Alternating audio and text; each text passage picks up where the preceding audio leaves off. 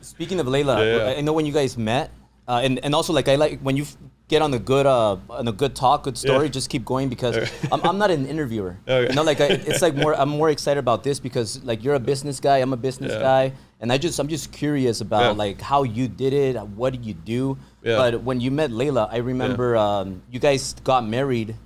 Not because you guys were in love. It was like a business transaction. Can you talk about that? Yeah, 100%. I mean, we talk about it a lot because I think I like our dynamic a lot. And it's not normal because most people, and every relationship I had prior to this, it was like you meet somebody, you feel some chemistry, and then it gets hot and heavy really quickly. And then it starts to cool down a little bit, and then you kind of like get into this cruise zone, and then you look up and you're like, you know, we actually don't have a lot of things that we're in common besides the fact that we're opposite, which is why we attracted to begin with. But like, we're opposite. Like you like, you know, you vote for this guy, I vote for this guy.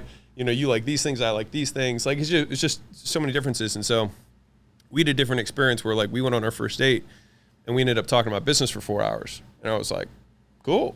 And I didn't like have any romantic anything, but I was like, she's cool. And so I felt myself kind of just like wanting to see her again. So I was like, hey, I mean, I remember the next day I was like, hey, I'm working all day. Want to come work with me? Like it wasn't a date. I was like, I'm just going to be working at my place or at the library or whatever. And she said, sure. And so then she just like hung out with me, and then we just both worked together after that. And that was kind of like the theme of how, like the vibe of how things started is like, whatever I was doing, I'd just rather do it with her. And so it was much more companionate, rather than like love, like capital L, you know what I mean? Love relationship. But then I think the shared mission and shared values of like, this is what I want to do with my life. She's like, me too. I want to do big shit. And like up to that point, I had definitely dated people who wanted to do big things, but like the types of big things they wanted to do were different than the types of things I wanted to do. And so we weren't mission aligned. And so and I think that, you know, probably you feel this way too. Like when you want to do big things, like it's rare air. Like not a lot of people breathe that air. And what you have to go through to get there is hard. And I knew that where I wanted to go, not a lot of people would be able to hang. And that might be from childhood, from whatever, you know what I mean? Whatever it is. But like, I just knew that I was willing to go through a lot of suffering to get there. And she was too. And that was, and like there were a couple, I'll tell you the two key moments in our relationship that did it for me. But the first one was when I lost everything, the second time for me, the first time for her. When I lost everything, I kind of sat her down. I was like, hey, like, we're cool. Like, if you leave right now, like, all respect, like, I won't blame you. I will, like, we're cool. And she was like, no, I'm here. She's like, if I have to sleep with you under a bridge, I will.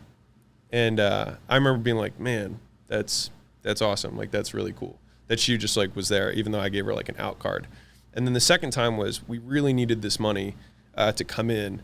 And I said, listen, like I have to just sell my ass off at this location, and you need to go to this gym in Hawaii and you need to crush it. Cause it cost like 10 grand for her to get there.